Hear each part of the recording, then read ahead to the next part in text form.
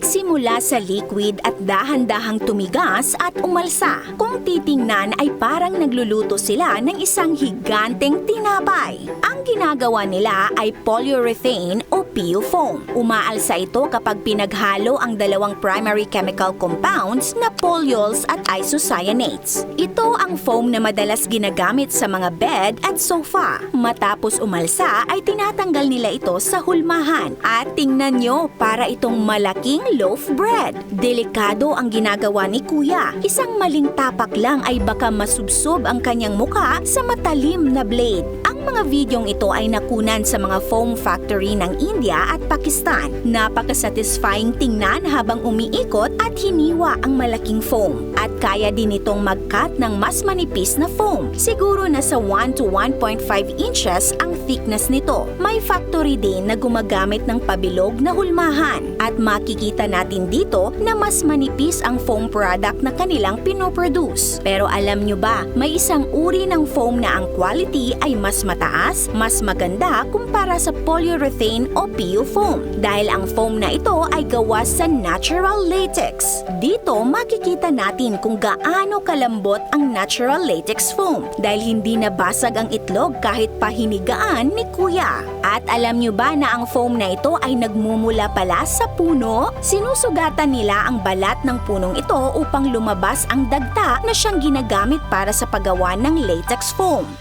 Ang natural latex ay nakukuha mula sa rubber tree o Hevea brasiliensis, isang punong nagmula sa South America na maaaring lumaki hanggang humigit kumulang 34 meters. Ang ilan sa mga produktong gawa sa rubber tree ay syempre, una ay gulong at interior ng sasakyan natin, sole ng sapatos, gloves at mattresses. Ngunit paano nga ba hina-harvest ang latex mula sa rubber tree? Ang prosesong ito ay tinatawag na topping. Nagsisimula lamang ang production ng latex kapag ang puno ay nasa edad 5 to 7 years old at kung maayos ang pag-aalaga, maaari itong mapakinabangan ng mahigit 20 years.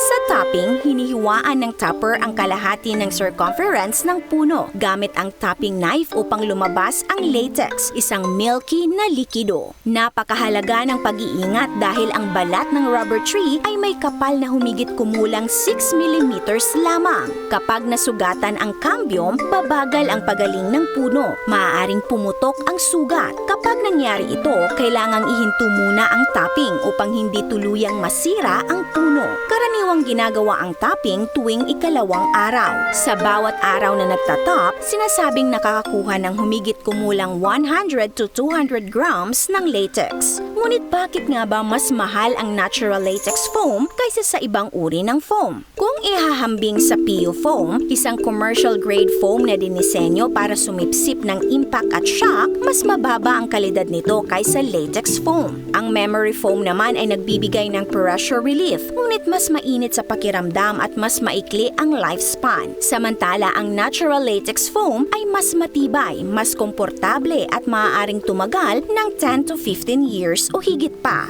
Bagamat mahal ang natural latex mattress na sa US karaniwang nagsisimula sa humigit kumulang $1,500 o halos 89,000 pesos at maaaring umabot sa higit $2,000 o higit 118,000 pesos, hindi ito ang pinakamahal na mattress sa mundo. May mas mamahaling produkto tulad ng Hisense beds mula Sweden na maaaring umabot hanggang $700,000 o higit 41 million pesos dahil sa high-end natural materials nito. Samantala, dito naman sa Pilipinas, sa Zamboanga, Sibugay, may humigit kumulang 80,000 hectares ng rubber plantations, dahilan kung bakit ito tinawag na the rubber capital of the Philippines. Sa pamamagitan ng DA Philippine Rubber Research Institute, patuloy na sinusuportahan ang mahigit 700,000 rubber growers sa Pilipinas sa pamamagitan ng research at industry development. Sa bawat hiwa ng puno at bawat patak ng latex, malinaw na ang tunay na halaga ng natural latex foam ay nagmumula sa masusing proseso, kalikasan at kabuhayang bumubuo rito.